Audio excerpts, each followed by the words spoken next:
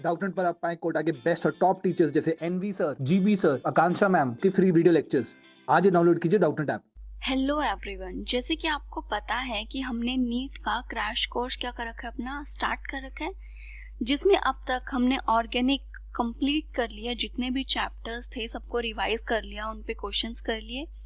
इसके बाद हम मूव करें इनऑर्गेनिक पे। इनऑर्गेनिक भी हमारी कंप्लीट हो चुकी है, चाहे पी ब्लॉक हो, डी ब्लॉक हो, कोऑर्डिनेशन कंपाउंड हो, इवन मेटलर्जी भी हमने कंप्लीट किया है।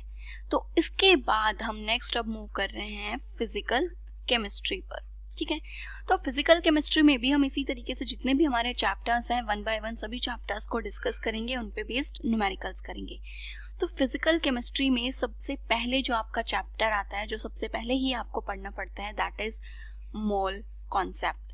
अगर मैं इस चैप्टर की बात करूं तो देखिए, फिजिकल केमिस्ट्री में जो भी आपके न्यूमेरिकल्स की अगर बात की जाए तो वो कैसे होते हैं, आपके फॉर्मूला बेस्ड होते हैं। ठीक है, बट मोल कॉन्सेप्ट चैप्टर की जब बात की जाए तो इस चैप्टर में आपके कोई बहुत सारे फॉर्मूलाज भी नहीं है, बस 3-4 चीजें हैं जिनमें आपको रिलेशन पता होना चाहिए। बट सबसे डिफिकल्ट चैप्टर भी बच्चों को मोल कॉन्सेप्ट ही लगता है। क्यों? क्योंकि बच्चों को यहाँ पर कॉन्सेप्ट नहीं लगाना आता, समझ में नहीं आता कब कौन सी चीज को कैसे हमें यूज करना है। तो आज वही चीज हम सीखेंगे कि कैसे आपको कोई भी अगर क्वेश्चन दे रखा है तो आप उस क्वेश्चन को कंप्लीट करेंगे। चलिए, तो पहले हमारा ये चैप्टर स्टार्ट करते हैं। जैसे कि पहले 2-4 टर्म्स की बात करूंगी मैं यहाँ पे। कोई आपसे पूछ ले एटोमिसिटी, राइट, कि एटोमिसिटी क्या होता है, तो एटोमिसिटी का मतलब है कोई भी मॉलिक्यूल है आपका, उसमें कितने नंबर ऑफ एटम्स आपके प्रेजेंट हैं। और राइट, जैसे कि अगर आपका O2 है तो यहाँ पे आपके 2 ऑक्सीजन के एटम्स प्रेजेंट हैं, तो इसकी एटोमिसिटी आप बोल देंगे 2। सिमिलरली अगर आपका यहाँ पे NO3 प्रेजेंट है, अगर इसकी एटोमिसिटी की आप बात करेंगे तो 3 ऑक्सीजन है, 1 नाइट्रोजन, 4 और 1 हाइड्रोजन, तो इसकी एटोमिसिटी क्या हो गई आपकी 5। उसके बाद एक आपका आता है कि मोलर मास और वेपर डेंसिटी में आपको रिलेशन पता होना चाहिए, जो कि क्या होता है आपका, कि जो आपका मॉलिक्यूलर मास है ये आपका 2 टाइम्स वेपर डेंसिटी के क्या होता है, आपका इक्वल होता है। ठीक है, देन जो आपका मोल और मॉलिक्यूलर मास है उसमें तो आपको पता ही है कि जो आपका 1 मोल है वो आपकी किसके मॉलिक्यूलर मास या फिर अगर आपका एटम है तो एटॉमिक मास के बराबर होता है, मॉलिक्यूलर मास। और आपका यही 1 मोल जो है ये 6.023 इंटू 10⁻23। अब डिपेंड्स आप यहाँ पे किसकी बात कर रहे हो, 1 मोल एटम की बात कर रहे हो तो इतने नंबर ऑफ एटम्स होंगे आपके। और अगर आप एटम्स की बात नहीं कर रहे, मॉलिक्यूल है आपका कोई, तो यहाँ पे आपके मॉलिक्यूल्स आ जाएंगे। अगर इलेक्ट्रॉन्स की बात कर रहे हो तो इलेक्ट्रॉन्स आ जाएंगे, राइट, यही चीज होती है आपकी। एंड अब बात आता है कि मोल क्या होता है, मतलब अगर आपको मोल पता करना हो तो मोल क्या होता है। मोल का मतलब है, अगर आपको जो मोल्स होते हैं, नंबर ऑफ मोल्स, हम इनको N से डिनोट करते हैं। अगर आपको किसी केस में नंबर ऑफ मोल्स ही नहीं पता और आपको नंबर ऑफ मोल्स कैलकुलेट करने हैं, तो आप जिस भी कंपाउंड के लिए या जिस भी एटम के लिए नंबर ऑफ मोल्स निकाल रहे हैं, अगर आपको ये पता है कि हमने उसका कितना वेट लिया, ठीक है, मान लीजिए मैंने 15 ग्राम ऑक्सीजन लिया है या फिर मैंने 6 ग्राम हाइड्रोजन लिया है और आपको इनके नंबर ऑफ मोल्स निकालने हैं, तो जो भी आपने वेट लिया वो डिवाइडेड बाय क्या करेंगे आप, उसका मॉलिक्यूलर मास या फिर एटॉमिक मास, राइट। अगर एटम है तो आप एटॉमिक मास में बात करेंगे और अगर आपका कंपाउंड है तो आप उसका मॉलिक्यूलर मास करेंगे, काउंट करेंगे। इस टाइप से निकल जाता है आपका नंबर ऑफ मोल्स। उसके बाद आपको एक और टर्म पता होगी कि जो आपका 1 मोल है वो आपका इक्वल होता है 22.4 लीटर के, 1 मोल। बट ये जो कंडीशन है, ये कंडीशन आपकी सिर्फ कब लगती है, गैस में लगती है। मतलब सॉलिड या फिर लिक्विड है कोई सब्सटेंस, तब आप ये नहीं लगाएंगे। अगर आपका 1 मोल गैस में, यहाँ पे ये लिखती हूँ कि 1 मोल जो गैस है, ठीक है, या फिर आप डिफाइन करेंगे कि जो अमाउंट ऑफ गैस है उसकी वॉल्यूम 22.4 लीटर होती है। कब? Standard temperature pressure, STP condition पे। स्टैंडर्ड टेम्परेचर क्या होता है, स्टैंडर्ड प्रेशर क्या होता है, तो देखिए स्टैंडर्ड टेम्परेचर का हो गया आपका 273 केल्विन और आपका प्रेशर यहाँ पे 1 atm प्रेशर हो या फिर 1 बार प्रेशर हो, दोनों ही कंडीशन में ये आपका फुलफिल हो जाएगा। ओके, तो चलिए अभी हम पहले जो हमारे क्वेश्चन है इस क्वेश्चन पे मूव करते हैं। देखिए जितने भी क्वेश्चंस आज मैंने लिए हैं, मैं बहुत डिफिकल्ट क्वेश्चंस नहीं ले रही हूँ। जिस टाइप की क्वेश्चंस आपके नीट के पेपर में अब तक आए हुए हैं या फिर बोलो AIPMT के पेपर में आए हुए हैं, उन्हीं क्वेश्चंस को हम यहाँ पर डिस्कस कर रहे हैं। तो सबसे पहला जो क्वेश्चन है ये कह रहे हैं सपोज द एलिमेंट्स। हमारे पास दो एलिमेंट है, एक x एलिमेंट है और एक y एलिमेंट है। ठीक है, कह रहा है कि जब x और y कंबाइन होते हैं तो ये आपके दो कंपाउंड्स बनाते हैं। एक होता है आपका XY2 एंड एक होता है X3Y2। अब आप इस चीज को बिल्कुल ऐसे समझिए जैसे कि आपका कार्बन और ऑक्सीजन है। कार्बन और ऑक्सीजन कंबाइन होते हैं तो ये आपका कार्बन मोनोऑक्साइड भी बना सकते हैं और कार्बन डाइऑक्साइड भी बना सकते हैं। डिपेंड करेगा ना कि आपका कार्बन और ऑक्सीजन किस रेशियो में कंबाइन हो रहा है। तो वैसे ही इन्होंने बोला कि x और y दो एलिमेंट थे कार्बन ऑक्सीजन की तरह, दो कंपाउंड बने, एक XY2 था और एक X3Y2 है। उसके बाद कह रहा है कि when 0.1 मोल ऑफ XY2। अब हमें इंफॉर्मेशन क्या दे रखी है पहले हम वो लिख लेते हैं। ये आपका XY2 कंपाउंड है, इधर मैं लिखती हूँ आपका X3Y2 कंपाउंड। दोनों की क्या क्या इंफॉर्मेशन है, तो बोला कि जो आपका XY2 है इसके number of moles of XY2 कितने हैं 0.1। ओके, एंड वेट 10 ग्राम, और जो इसका वेट है वो हमें दे दिया कि 10 ग्राम वेट लिया हमने इसका। उसके बाद कह रहा है कि 0.05 मोल है आपके X3Y2 के। तो मतलब अगर इसके नंबर ऑफ मोल्स की बात की जाए X3Y2, this one is equals to 0.05 mole और इसका वेट दिया है आपको 9 ग्राम। ठीक है, अब हमें कैलकुलेट क्या करना है, कह रहा है कि आपको x और y का एटॉमिक वेट कैलकुलेट करना है। ठीक है, अब देखिए मुझे नहीं पता कि एटॉमिक वेट कैसे निकालना है, राइट, बट अगर आपसे ये बात की जाए कि जो आपका X3Y2 है आप इसका निकालिए मॉलिक्यूलर मास।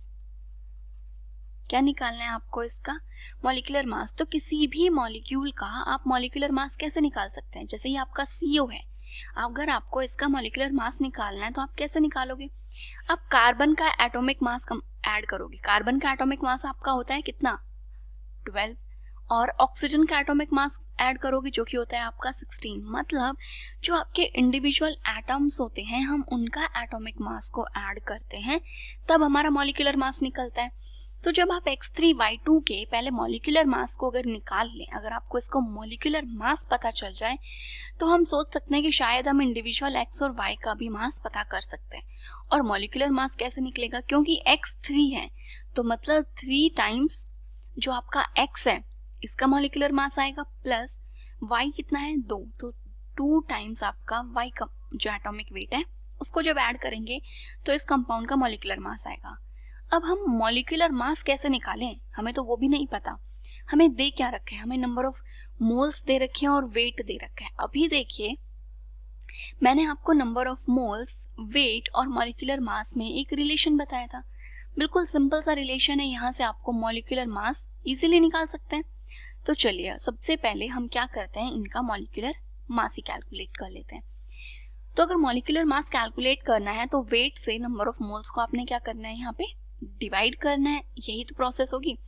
तो मैं बोलती हूँ मैं मॉलिक्यूलर मास निकाल रही हूँ किसका, X3Y2 का, जो कि आपका बराबर है 3x plus 2y, capital X consider कर रही हूँ, 3x plus 2y। Okay, equals to molecular mass आपका, यही ओपन करेंगे तो मॉलिक्यूलर मास यही चीज होगी, वो मैंने लिखा। अब मॉलिक्यूलर मास अगर निकालना है तो weight upon number of moles आएगा। वेट कितना दे रखे हैं आपको 9 ग्राम और नंबर ऑफ मोल्स हैं आपके 0.05। ओके, ये टर्म है। उसके बाद यहां से हमें क्या पता चल गया, इसका अमाउंट। तो अगर इस इक्वेशन की बात करूं तो अगर आपको इसका मॉलिक्यूलर मास निकालना है तो आप करेंगे x प्लस y कितना है 2 टाइम्स, तो 2 ऑफ y। तो जो आप इसका मॉलिक्यूलर मास निकालेंगे XY2 का, जो कि बराबर होगा आपका x plus 2y equals to, weight कितना है इसका 10 ग्राम और इसके नंबर ऑफ मोल्स हैं आपके 0.1 ग्राम। अब अगर मैं इन दोनों इक्वेशंस को और सिंप्लीफाई वे में लिखूं तो ये है आपका x plus 2y equals to 10 divided by 0.1 आ जाएगा आपका 100। देन इस इक्वेशन को अगर सिंप्लीफाई वे में लिखेंगे तो ये है आपका 3x प्लस 2y। देन जब इसको डिवाइड करते हैं तो ये आता है आपका 180। देखिए आपके पास दो इक्वेशंस आ गई एंड आपके पास दो ही वेरिएबल्स हैं। अब ये चीज तो हमने मैथ्स में पढ़ी है कि जब दो इक्वेशंस और दो वेरिएबल्स हो तो उनको कैसे कैलकुलेट करना है, आइदर ऐड करके या फिर सब्ट्रैक्ट करके। देखिए अगर मैं फर्स्ट इक्वेशन में से सेकंड इक्वेशन को अगर मैं माइनस करती हूँ, क्योंकि 2y है दोनों में, कैंसिल हो जाएगा, तो ये कर दिया मैंने इक्वेशंस को सब्ट्रैक्ट। यहाँ से 2y से 2y cancel, x minus 3x, ये आएगा आपका 2x इक्वल्स टू 100 माइनस 180, तो ये आएगा आपका माइनस का 80। तो यहाँ से जो आपका x मतलब कि जो एटॉमिक वेट है x का, वो कितना आ जाएगा आपका 40। बिकॉज x को हमने क्या किया था, इस x का एटॉमिक वेट ही कंसिडर किया था, तो एक का एटॉमिक वेट तो आ गया आपके पास 40। तो देखिए आंसर तो आपको यहीं से पता चल गया, क्योंकि हमसे atomic weight of x and y पूछा था और x का निकाल लिया हमने 40, तो मतलब कि जो फर्स्ट ऑप्शन है यही आपका राइट आंसर होगा। बाकी अगर आपको y का भी कैलकुलेट करना है तो जो आपकी फर्स्ट इक्वेशन आई है इसमें आप पुट कर देंगे, तो x कितना है 40, इधर जाएगा 100 माइनस 40 हो जाएगा 60, तो मतलब जो आपका 2y है वो 60 के बराबर आ रहा है, तो y कितना हो जाएगा 30, और एटॉमिक वेट होता है आपका ग्राम मोल इनवर्स, तो 40 एंड देन 30, तो जो ए ऑप्शन है वो क्या हो जाएगा इसका राइट आंसर। अब देखिए जो आपका नेक्स्ट क्वेश्चन है ये कह रहा है कि इफ एवोगैड्रो नंबर Na, जो आपका एवोगैड्रो नंबर है Na, उसको हमने चेंज किया फ्रॉम किस वैल्यू से 6.022 into 10 to power 23 mole inverse. ये वैल्यू तो स्टैंडर्ड है जिसको हम याद ही रखते हैं, कह रहा है कि इससे हमने इसको चेंज कर दिया, यहाँ पे 10 की पावर 20 कर दिया 23 की जगह, तो दिस वुड चेंज। अगर आप एवोगैड्रो नंबर को चेंज कर रहे हो तो उसकी वजह से क्या चेंज होता है। तो देखिए अभी मैंने आपको एक चीज बताई थी कि जो आपका 1 मोल है, मान लीजिए मैं यहाँ पे ऑक्सीजन की बात कर रही हूँ, ऑक्सीजन एटम की बात कर रही हूँ, ठीक है, क्या बात कर रही हूँ मैं, ऑक्सीजन एटम की। तो जो आपका 1 मोल है वो किसके बराबर होता है, ऑक्सीजन एटम का मोल, अगर एटॉमिक वेट की बात करूं तो वो तो आपका 16, एक मोल 16 ग्राम ऑक्सीजन एटम के बराबर होता है, और ये 6.023 इंटू 10 टू पावर 23 एटम्स के बराबर होता है, राइट। यही चीज होती है ना आपकी, यही बराबर होता है। अब क्या हुआ, एक मोल, क्योंकि ये क्या कह रहा है कि आपका एक मोल इतने एटम्स के बराबर है, बट ये कह रहा है कि आपने इस वैल्यू को चेंज कर दिया, तो क्या चेंज होगा उसकी वजह से। पहला कह रहा है the definition of mass in units of gram, तो नहीं, वो तो बिल्कुल भी चेंज नहीं होगी क्योंकि जो आपके एटम्स हैं उनका मास आपका स्टैंडर्ड रहेगा।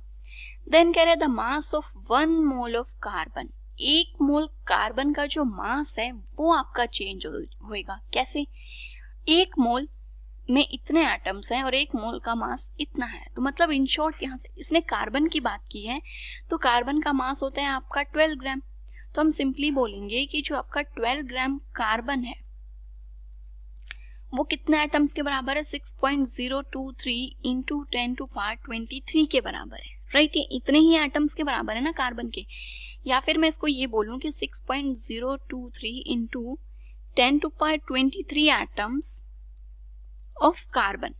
कार्बन के जो इतने एटम्स हैं उनका मास है 12 ग्राम, उनका कितना मास है 12 ग्राम। अब मैंने एटम्स कर दिए कम, और एक एटम का मास, यूनिटरी मेथड लगाओ, एक एटम का मास क्या होगा 12, 6.023 इंटू 10 टू पावर 23, बट हमें निकालने कितने का है 6.022 इंटू 10 टू पावर 22, सॉरी 20 है यहाँ पे, राइट 20 है, और इसको भी आप 2 ही कंसिडर कर लो क्योंकि यहाँ पे हमें 2 दे रखा है, हम नॉर्मली 2, 3 जो है वो याद रखते हैं, ठीक है। अब जब आप इसको कैलकुलेट करेंगे यहाँ पे तो ये आएगा आपका 12, 6.0, मैं सब जगह ही 2 कर रही हूँ क्योंकि जो क्वेश्चन में वैल्यू दे रखी है हम उसी को मान लेते हैं। 2 इंटू 10 टू पावर 23 मल्टीप्लाई कर देंगे 6.022 इंटू में 10 टू पावर 20 से, ये इससे कट गया 10 टू पावर 23 और ये 10 टू पावर 20, ये क्या जाएगा आपका वो माइनस में, तो यहाँ से आएगा आपका 0.012 ग्राम, 10 टू पावर -3 हो जाएगा ना वो। तो अब देखिए इतने एटम्स का आपका जो मास है वो क्या हो रहा है यहाँ पे चेंज हो गया।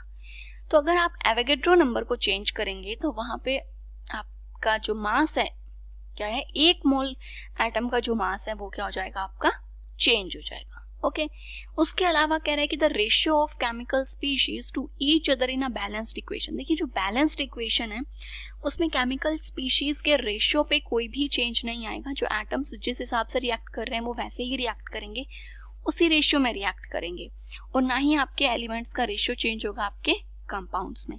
तो जो चीज चेंज हो रही है वो हो रही है आपके 1 मोल एटम का जो मास है वो चेंज हो रहा है। दैट मीन्स जो बी ऑप्शन है वो क्या हो जाएगा इसका राइट आंसर। अब देखिए जो हमारा नेक्स्ट क्वेश्चन है इसमें कह रहा है कि 20 ग्राम क्या है आपके पास मैग्नीशियम कार्बोनेट का सैंपल है जो कि डिकम्पोज हो रहा है। हीट करने पे हमें क्या देता है, कार्बन डाइऑक्साइड देता है और 8 ग्राम मैग्नीशियम ऑक्साइड देता है। तो आपको ये बताना है what will be the percentage purity of magnesium carbonate in this sample, कि इस सैंपल में मैग्नीशियम कार्बोनेट की प्योरिटी कितनी है। ठीक है, ये आपको हमें बताना है। तो चलिए देखते हैं। तो कितना है, 20 ग्राम है आपके पास मैग्नीशियम कार्बोनेट। अगर मैं रिएक्शन की बात करूं तो ये है आपका MgCO3 और आपने मैग्नीशियम कार्बोनेट को हीट किया तो आपको मिला magnesium oxide plus carbon dioxide. Initially जो अमाउंट हमें दे रखा है वो ये दे रखा है कि मैग्नीशियम कार्बोनेट आपके पास 20 ग्राम है, जबकि जो आपका मैग्नीशियम ऑक्साइड है वो आपका सिर्फ 8 ग्राम फॉर्म हुआ है। ठीक है, अब इस क्वेश्चन को करने के आपके पास 2 तरीके हैं। देखिए आपको एक चीज पता है कि जो आपका 1 मोल है वो आपके मॉलिक्यूलर मास के क्या होता है, बराबर होता है, राइट। तो या तो आप इस क्वेश्चन को मोल्स के टर्म में सॉल्व कर लीजिए या फिर आप इसको मॉलिक्यूलर मास के टर्म्स में सॉल्व करें। मतलब यहाँ से क्वेश्चन से हमें ये पता चल गया कि जो 1 मोल मैग्नीशियम कार्बोनेट है उससे हमें 1 मोल मैग्नीशियम ऑक्साइड मिल रहा है।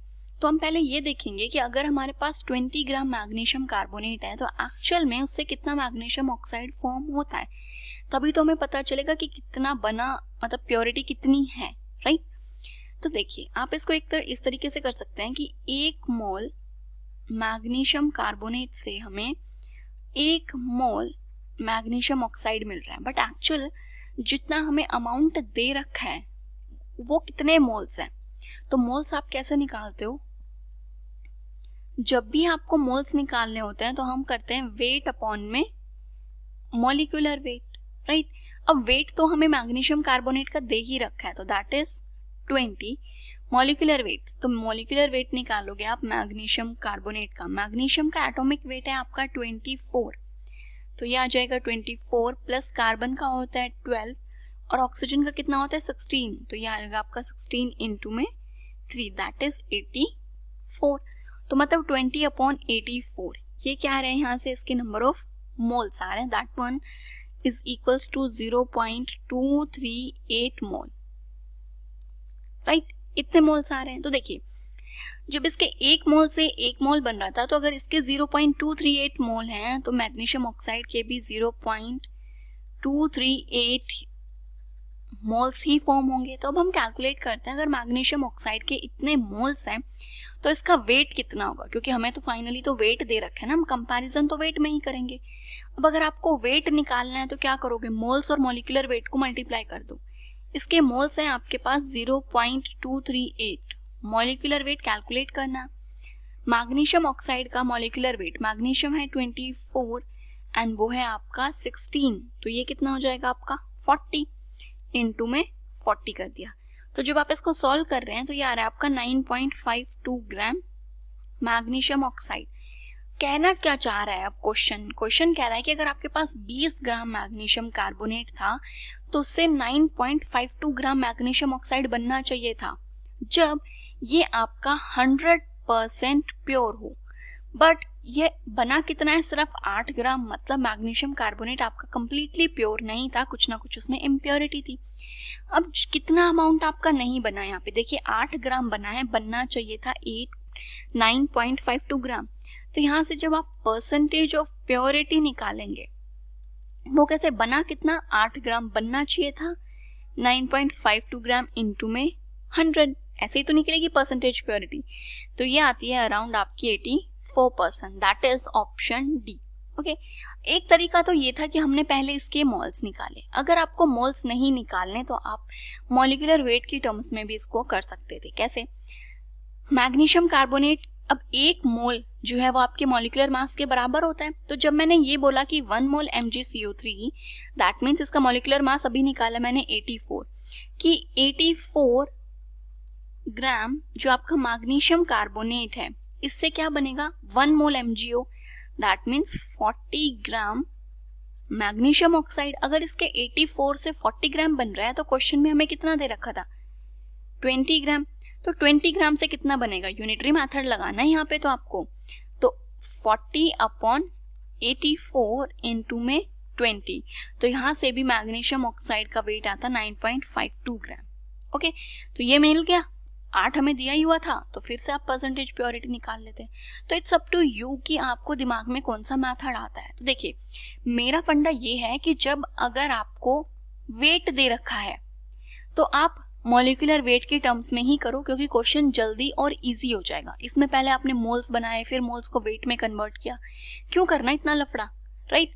तो जो वेट दे रखा है तो मॉलिक्यूलर वेट की ही टर्म्स में बात करो, लेकिन जब आपको क्वेश्चंस में मोल दे रखे हैं तो आप मोल की टर्म्स में ही बात करो। मतलब जो क्वेश्चन में दे रखे हैं ना उसी हिसाब से अपने क्वेश्चन को सॉल्व करो। आई थिंक वो मेथड आपका ज्यादा इजी और बेटर होता है। ओके चलिए नेक्स्ट क्वेश्चन पे मूव करते हैं।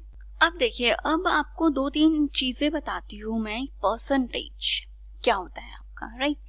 जैसे कि आपको इस क्वेश्चन में ही दिया हुआ है 16.9%। अब इस 16.9% का मतलब क्या है वो आपको समझना है। तो देखिए एक होता है आपका मास परसेंट, एक होता है आपका वॉल्यूम परसेंट, एक होता है आपका मास बाय वॉल्यूम परसेंट। ये होती हैं आपकी 3 टर्म्स। एंड जो 2 इम्पोर्टेंट परसेंटेज होती है वो होती है आपकी एक तो मास परसेंट और एक मास बाय वॉल्यूम परसेंट। इस मास परसेंट को ही कई बार हम ऐसे लिख देते हैं वेट बाय वेट परसेंट। अब इसका मतलब क्या है?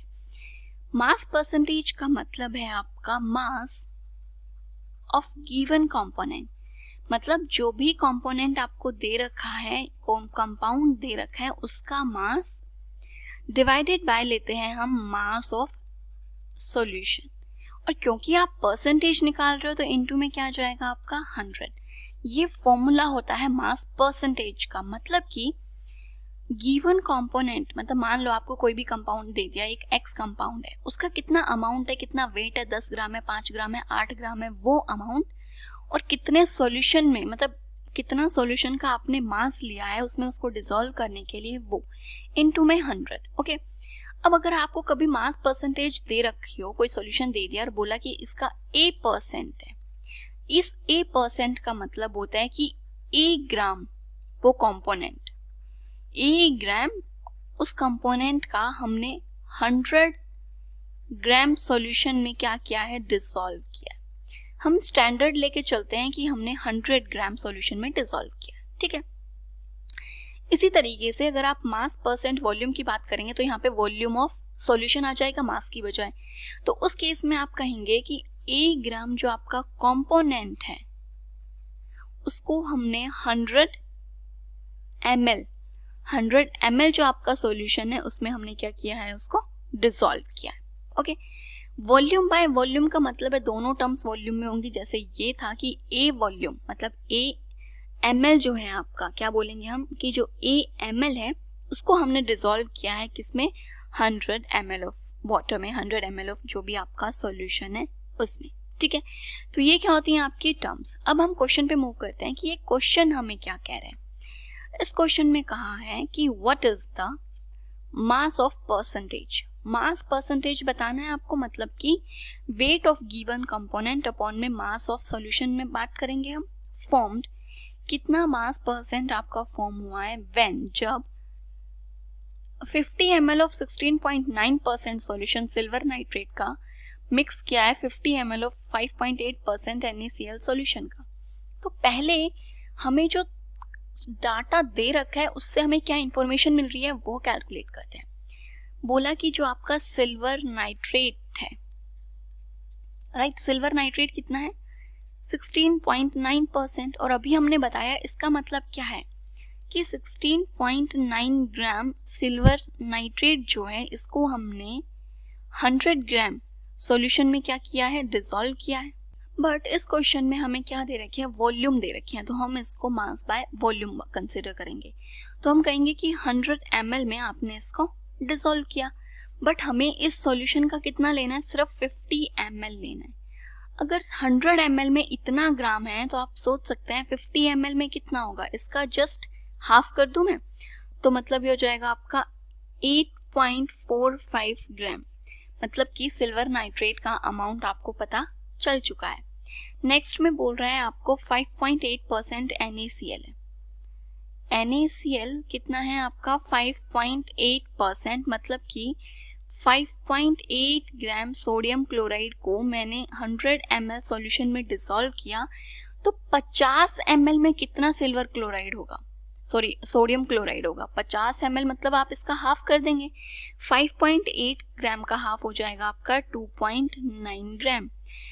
अब रिएक्शन कैसे होगी आपकी, ये आपका है सिल्वर नाइट्रेट, रिएक्शन करेगा सोडियम क्लोराइड के साथ, तो ये आपका बनाएगा AgCl प्लस NaNO3, राइट। यही चीज इसी का फॉर्मेशन होगा आपका। अब देखिए, क्योंकि हमें यहाँ पे इनके वेट पता है तो हम इनके वेट की टर्म्स में ही बात करेंगे, राइट।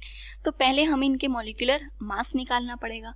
तो सिल्वर नाइट्रेट का अगर मॉलिक्यूलर मास निकालना है तो हमें दे रखा है कि सिल्वर है 107.8, ओके 107.8, एक नाइट्रोजन है जो कि है आपकी 14 ग्राम, एंड देन ऑक्सीजन कितनी है आपकी 3, और ये हो जाएगा आपका 16, तो ये होगा आपका 16 into 3, राइट। अब इन सारी चीजों को जब आप ऐड करेंगे तो कितना हो जाएगा, देखिए 16 into 3 हो जाएगा आपका 48 एंड प्लस 14 62 प्लस 107.8, तो ये हो रहा है आपका 169.8 ग्राम, ठीक है। तो ये क्या है, इसका मोलर मास। हमने कहा 169.8 ग्राम जब सिल्वर नाइट्रेट है, और सोडियम क्लोराइड का अगर आपको निकालना है तो ये हो जाएगा आपका Na23 और क्लोरीन 35.5, तो 5 6 7 8 3 5, ये हो रहा है आपका 58.5 ग्राम, ठीक है। इतना ग्राम AgNO3 और इतना ग्राम जो आपका NaCl है वो क्या कर रहे हैं, आपके रिएक्ट करते हैं, तब आपका सिल्वर क्लोराइड और सोडियम नाइट्रेट की कुछ ना कुछ फॉर्मेशन होगी। बट हमें दिया कितना है, हमें कह रहा है कि 8.45 ग्राम सिल्वर नाइट्रेट है आपके पास, 8.45 ग्राम क्या है आपके पास, सिल्वर नाइट्रेट है। अब हमारे पास NaCl का वेट दिया हुआ है कि हमारे पास 2.9 ग्राम क्या है NaCl, बट हम ये देख लेते हैं कि अगर 8.45 सिल्वर नाइट्रेट है तो उस केस में आपको कितना अमाउंट NaCl का जरूरत है, मतलब कि अगर कोई लिमिटिंग रिएजेंट है या नहीं। तो लिमिटिंग रिएजेंट कैसे निकालते, दोनों का अमाउंट आपको पता है। हमें ये पता है कि 169.8 ग्राम को 58.5 ग्राम NaCl की जरूरत है, तो इतने ग्राम को कितने की जरूरत होगी, सिंपल आपको लगाना क्या है, यूनिटरी मेथड। तो ये हो जाएगा आपका 58.5 अपॉन 169.8 और इनटू में 8.45, राइट। तो अब आप क्या करेंगे, इसको कैलकुलेट करेंगे। इनटू में आ रहा है आपका 8.45 एंड डिवाइडेड बाय करना है आपको 169.8। तो जब आप इसको सॉल्व करेंगे तो ये आ रहा है आपका 2.9 ग्राम, तो मतलब 2.9 ग्राम NaCl चाहिए अगर 8.45 ग्राम सिल्वर नाइट्रेट के साथ रिएक्शन करनी है, और हमें NaCl भी कितना दे रखा है, 2.9 ग्राम ही दे रखा है। तो मतलब इस केस में कोई भी आपका लिमिटिंग रिएजेंट नहीं है, दोनों ही हमें, दोनों का जो अमाउंट आपको गिवन है वो क्या है आपका ठीक अमाउंट है। तो इस केस में आपको देखना है कि AgCl कितना फॉर्म होगा, तो आपकी मर्जी है, आप सिल्वर नाइट्रेट को लेकर भी प्रोसीजर कर सकते हो और NaCl को लेकर भी। मतलब कि 1 मोल AgCl, अगर मैं मोल्स में बात नहीं, हम वेट में बात करते हैं, 169.8 ग्राम सिल्वर नाइट्रेट जो है वो कितना AgCl बनाएगा, उतना, ठीक है। एक 169.8 ग्राम जो AgNO3 है वो कितना AgCl बनाएगा, आप इसका मॉलिक्यूलर वेट निकाल लें। तो सिल्वर का मॉलिक्यूलर वेट है आपका 107.8 प्लस में क्लोरीन का है आपका 35.5, ये बनाएगा आपका 43.3 ग्राम सिल्वर क्लोराइड, राइट। बट हमें तो सिल्वर नाइट्रेट कितना दे रखा है 8.45, तो आप 8.45 से कैलकुलेट करेंगे कि 8.45 ग्राम अगर सिल्वर नाइट्रेट है तो यहाँ से जो आपका AgCl है वो कितना बनता है, राइट। तो अब आपको क्या करना है, इसको सॉल्व करना है। तो देखिए जब आप इसको सॉल्व करेंगे तो ये आएगा आपका ये 1 मोल, जब अगर आप इसका 1 ग्राम लेते तो ये हो जाएगा आपका 140, यूनिटरी मेथड लगाना है सिंपल आपको यहाँ पे, इनटू में 8.45 ग्राम। इस टाइप से जब आप इसको सॉल्व कर रहे हैं तो ये अराउंड आ रहा है आपका 7.1 ग्राम की। मतलब आपको 7.1 ग्राम जो AgCl है वो आपका फॉर्म होगा अगर आपके पास 8.45 ग्राम सिल्वर नाइट्रेट है और 2.9 ग्राम NaCl है। तो ये कितना बन रहा है 7.1 ग्राम AgCl। यही हमसे पूछा था, हमसे AgCl का अमाउंट ही तो पूछा था कि कितना अमाउंट, कितना मास AgCl का प्रेसिपिटेट हो रहा है। तो यहाँ से जो आपका C ऑप्शन है वो क्या हो जाएगा इसका राइट आंसर। अब इस चीज को करने का एक और भी तरीका था, कई बच्चे इसको मोल्स से करते हैं। मतलब कि मैंने यहाँ सिल्वर नाइट्रेट और NaCl का मॉलिक्यूलर मास लेकर के चला, आपके पास वेट भी है, मॉलिक्यूलर मास भी है, आप सिंपली इनके मोल्स भी निकाल सकते थे, ठीक है। अब अगर आप इनके मोल्स निकालते मतलब 8.45 डिवाइडेड बाय 169.8 ग्राम, तो इसके मोल्स आते 0.049 और NaCl के मोल्स भी आते 0.049। तो यहाँ पे आपको लिमिटिंग रिएजेंट देखने की जरूरत नहीं पड़ती, सिंपल है। इसका 1 मोल इसके 1 मोल के साथ रिएक्शन करके 1 मोल AgCl बनाते हैं, क्योंकि इनकी स्टोइकियोमेट्री अभी 1:1 है। तो सिंपल है, इसका 0.45, इसका 0.049 और इसका 0.049 कितना बनाएगा 0.049 AgCl बनाएगा, राइट। इसके मोल्स पता चल गए, मॉलिक्यूलर वेट से मल्टीप्लाई करेंगे तो इसका मास पता चल जाएगा। दैट इज इसका जो मॉलिक्यूलर वेट है वो अभी मैंने कैलकुलेट किया था, दैट इज 143.3 से मल्टीप्लाई करोगे तब भी आपका 7.1 ग्राम ही आएगा। तो किसी भी मेथड से आप सॉल्व कर सकते हो, जो मेथड आपको इजी लगता है या फिर जो मेथड आपको समझ आता है उसी मेथड से। अब मूव करते हैं नेक्स्ट क्वेश्चन पे। क्वेश्चन क्या है, कह रहा है कि when 22.4 litre of H2 gas है, इसको मिक्स किया है हमने 11.2 लीटर ऑफ Cl2 गैस के लिए, ईच एट STP, दोनों स्टैंडर्ड टेम्परेचर एंड प्रेशर पे हैं, आपको मोल्स ऑफ HCl बताना है। तो आपकी रिएक्शन कुछ इस टाइप से होगी, H2 plus Cl2 gives HCl। Reaction को बैलेंस करेंगे तो ये हो जाएंगे आपके 2 मोल्स। मतलब अगर 1 मोल, रिएक्शन क्या कह रही है, क्योंकि इनकी स्टोइकियोमेट्री 1 है तो कह रहे हैं कि 1 मोल H2 जब 1 मोल Cl2 के साथ रिएक्शन करता है तो यहाँ से 2 मोल HCl की फॉर्मेशन होती है। अब क्वेश्चन में हमें जो इन्फॉर्मेशन दे रखी है वो है स्टैंडर्ड टेम्परेचर प्रेशर पे।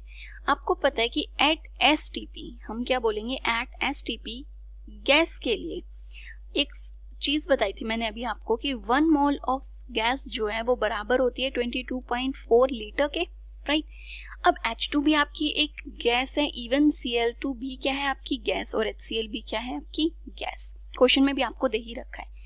तो कह रहा है कि इनिशियली जो हमें इंफॉर्मेशन गिवन है या फिर इनिशियली मैं बात करूं तो आपको हाइड्रोजन कितना दे रखे 22.4 लीटर, मिक्स किया हमने 11.2 लीटर Cl2 गैस के साथ STP कंडीशन पे। तो यहाँ से आपको पता है कि जो 22.4 लीटर है यह आपका गैस में 1 मोल के बराबर होता है। तो मतलब इनिशियली हमें हाइड्रोजन 1 मोल दे रखी है और Cl2 गैस क्योंकि ये 11.2 है, मतलब सिंपली पता चल रहा है कि ये तो आपका क्या है हाफ है, राइट। या फिर आप 11.2 को 22.4 से डिवाइड करेंगे तो ये आ जाएगा आपका 0.5। तो मतलब ये हमें 0.5 मोल दे रखा है, ठीक है। ये हमें मोल्स दे रखे हैं। ये इंफॉर्मेशन जो लिखी है ये मैंने लिखी है कि हमारी रिएक्शन जो है वो क्या कहती है, वो कह रही है कि 1 मोल H2 1 मोल Cl2 के साथ रिएक्शन करता है। बट यहाँ पे हमें 1 मोल H2 है बट Cl2 0.5 मोल है, मतलब 0.5 हाइड्रोजन 0.5 मोल Cl2 के साथ रिएक्ट कर जाएगा, उसके बाद 0.5 मोल हाइड्रोजन क्या हो जाएगा यहाँ पे लेफ्ट। इसका मतलब जो आपका Cl2 है ये यहाँ पे क्या है आपका एक लिमिटिंग रिएजेंट है, क्योंकि 1 मोल को 1 मोल Cl2 चाहिए और Cl2 का अमाउंट यहाँ पे कम है, और जो आपका लिमिटिंग रिएजेंट होता है आपकी रिएक्शन उसी के साथ प्रोसीड होगी, क्योंकि ये तो आपका रिएक्शन में बच जाएगा ना, जो सब खत्म हो जाएगा बिल्कुल ही, उसी के साथ हम देखेंगे। तो 1 मोल Cl2 से आपको देखिए 1 मोल Cl2 से कितना मिल रहा था, 2 मोल HCl मिल रहा था। ये हमें रिएक्शन कहती है, बट हमें दे तो एक्चुअल में 0.5 मोल Cl2 है। तो 0.5 मोल Cl2 से कितना HCl मिलेगा, ऑब्वियस है उसका हाफ कर दो, 1 मोल HCl की फॉर्मेशन होगी। तो हमसे मोल्स ऑफ HCl ही तो पूछा था क्वेश्चन में, तो उसका आंसर आएगा 1 मोल HCl। तो दैट मीन्स जो ऑप्शन ए है वो क्या हो जाएगा इसका राइट आंसर।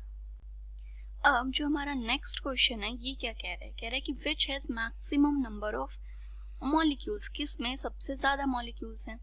इसके लिए मैंने आपको स्टार्टिंग में ही एक बात बताई थी कि जो आपका 1 मोल होता है, 1 मोल कोई भी कंपाउंड है उसमें 6.023 इंटू 10 टू पावर 23 क्या होते हैं आपके मॉलिक्यूल्स होते हैं, या फिर हम इस टर्म को बोलते हैं Na मॉलिक्यूल्स होते हैं, राइट। 1 मोल में अगर हम इन जितने भी हमें ये कंपाउंड्स दे रखे हैं इनके क्या निकालने, मोल निकालने, तो हमें पता चल जाएगा कि किस में कितने नंबर ऑफ मॉलिक्यूल्स आपके प्रेजेंट हैं।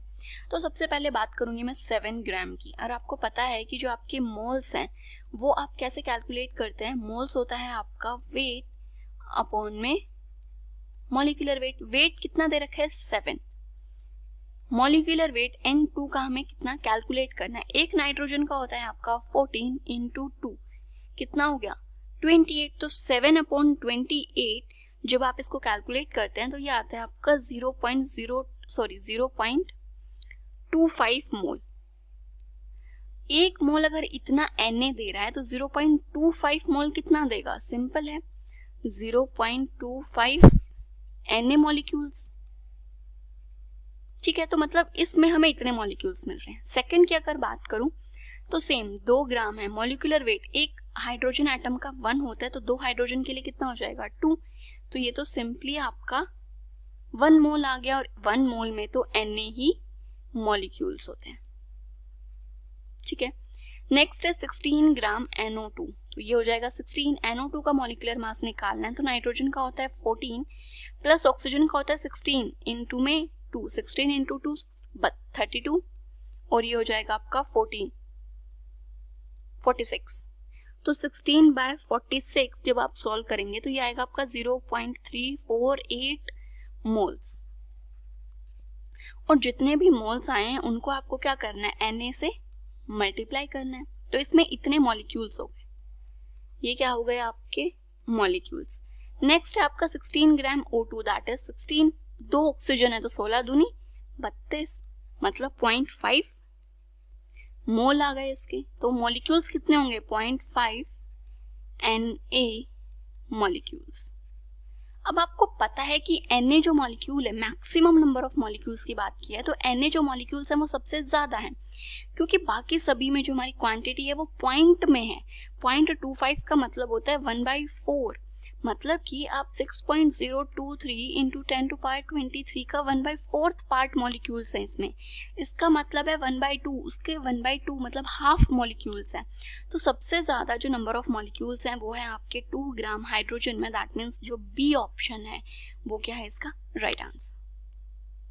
देखिए अब जो नेक्स्ट क्वेश्चन है ये क्या कहता है, कह रहा है कि what volume of oxygen gas measured at 0 degree Celsius and 1 atmosphere is needed to burn completely 1 liter of propane gas measured under the same conditions।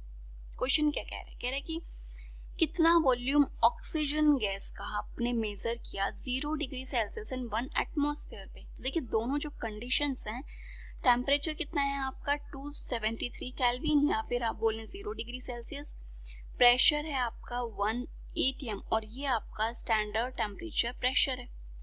कितना वॉल्यूम ऑक्सीजन का आपको रिक्वायर्ड है टू बर्न कंप्लीटली, किसको completely burn करना है 1 litre of propane gas को।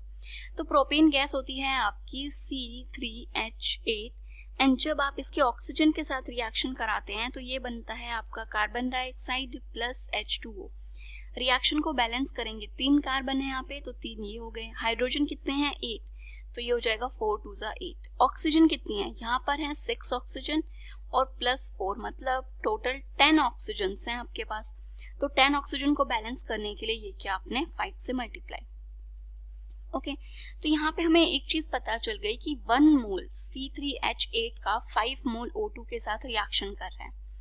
But O2 क्या है, आपकी एक गैस है, प्रोपेन भी क्या है, आपकी गैस है, और हमें आंसर वॉल्यूम निकालना है। मोल्स या मास की टर्म में हम बात ही नहीं करेंगे। कंडीशन भी स्टैंडर्ड टेम्परेचर प्रेशर है, मतलब एसटीपी कंडीशन है, जहाँ पे आपकी 1 मोल जो गैस है उसकी 22.4 लीटर क्या होती है, वॉल्यूम होती है। 1 मोल प्रोपेन का है, 1 मोल प्रोपेन मतलब ये है आपके पास 22.4 litre gas. 5 moles of O2 है तो आप इसको बोलेंगे 5 इंटू 22.4 लीटर ऑक्सीजन, मतलब इतने वॉल्यूम के लिए इतना O2 की जरूरत होती है। बट हमें तो 1 लीटर प्रोपेन दिए ना, 1 लीटर प्रोपेन के लिए कितने की जरूरत होगी। यूनिटरी मेथड है सिंपल, 1 लीटर के लिए कितना चाहिए, तो आप इसको कैलकुलेट करेंगे 5 इंटू 22.4 डिवाइडेड बाय 22.4 इंटू में 1 कैंसिल किया 5 लीटर, मतलब कि 1 लीटर प्रोपेन को कंप्लीटली बर्न करने के लिए, कार्बन डाइऑक्साइड और वाटर में कन्वर्ट करने के लिए हमें 5 लीटर ऑक्सीजन की रिक्वायरमेंट है। इतनी ऑक्सीजन क्या है हमें रिक्वायर्ड है। तो ऑप्शंस में देखेंगे तो आपका जो सी ऑप्शन है यहाँ पे ये क्या हो जाएगा आपका राइट आंसर। तो देखिए मोल कॉन्सेप्ट पे आपके जिस टाइप के भी क्वेश्चंस पूछे जाते हैं मेनली वो क्वेश्चंस मैंने आपके डिस्कस कर लिए हैं। आई होप आपको क्वेश्चन समझ में आ गए होंगे और आपको तरीका भी समझ आ गया कि आपको किस टाइप से क्वेश्चंस में डील करना है। क्लास 6 से 12 से लेके नीट, IIT, JEE मेंस और एडवांस के लेवल तक 10 मिलियन से ज़्यादा स्टूडेंट्स का भरोसा। आज ही डाउनलोड करें डाउटनेट ऐप या व्हाट्सएप कीजिए अपने डाउट्स 8400 400 400 पर।